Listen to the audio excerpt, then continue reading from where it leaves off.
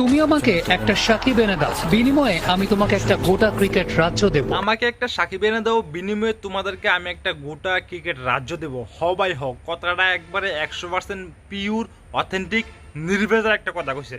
Welcome mister ব্যাখ্যা ভাই চলেছে আর একটা ভিডিও নিয়ে।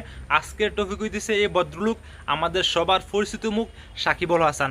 তো আমার যদি কয় সাকিব সম্পর্কে আপনি কিছু বলেন, তো আমি যেটা কমে হন আপনার এটা শুনেন।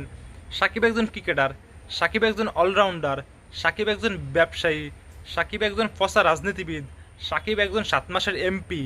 তারপর সাকিব একজন বিতর্কিত ব্যক্তি যে কিনা সারা বছর অনেক বিতর্কিত কর্মকাণ্ড জন্ম দেয়। সাকিব আল হাসান হঠাৎ এক ভক্তের কাছ থেকে ফোন নিয়ে নিতে চাইলেন। হাসান এমন একজন মানুষ আমাকে মারতে আসছিল।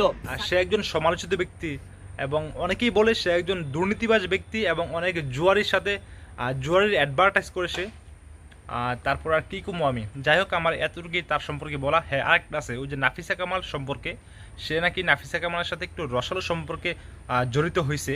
এটা শিওর কিনা আমি জানি না, তবে লোকমুখে শোনা কথা একটু হইলেও কিন্তু সত্য হয়। আর সাকিবের জন্য দেখলাম অনেকে মায়ে কান্না করতেছে। ভাই, কান্না করে লাভ নাই। সে যদি অপরাধী হয় তাহলে তার কনফার্ম বিচার হবে, আর যদি অপরাধী না হয় তার পক্ষে আমরা থাকবো, আন্দোলন করব। আমরা চাই সাকিব মুক্ত হোক। অপরাধ না করেও একটা লোক অপরাধী সাব্যস্ত হোক, আমরা এটা চাই না। আমরা সাকিবের পক্ষে অবশ্যই আছি।